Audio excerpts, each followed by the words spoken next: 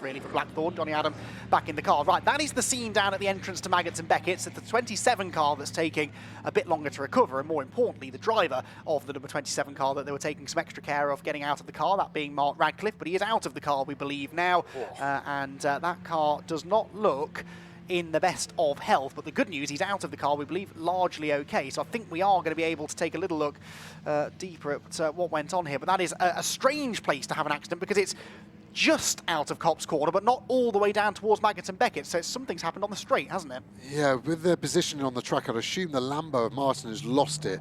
Mark has gone probably to his right to avoid it. Let's see, I don't have to guess anymore. So so Martin's actually behind, so Mark is the car in front. Let's watch what happens there. There's something going on in front. Oh. Yeah, he loses control, then collides. So it's what I thought would happen, but the other way round. And then watch this impact. That is a solid concrete wall. He is, what, 3 or 4 meters away.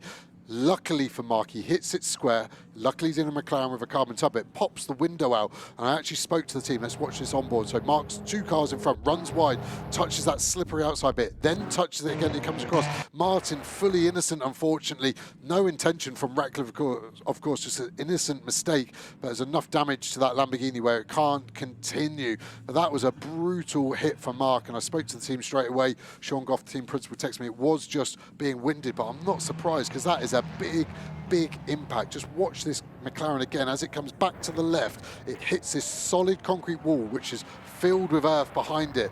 That is a big hit, and for the driver, it's always awful going in sideways. There's no real crash structure in the car, but look at the angle of some of those wheels, and that right one isn't even the one that hit the wall. That's the one that hit Martin. So that is a big repair job for the Optimum boys, and they've done a lot of chassis this year as well. That's the only positive, is they're used to doing it. They did one at IMSA last weekend with Brendan Arebe in Long Beach. So those poor boys in Garforth, not poor because they're in Yorkshire, poor because they've got a lot of work to do, but yeah, the marshal's doing a good job. The positive, everyone's okay, which is obviously the first, but 38 minutes remaining. I think we will get half an hour of green flag running, give or take.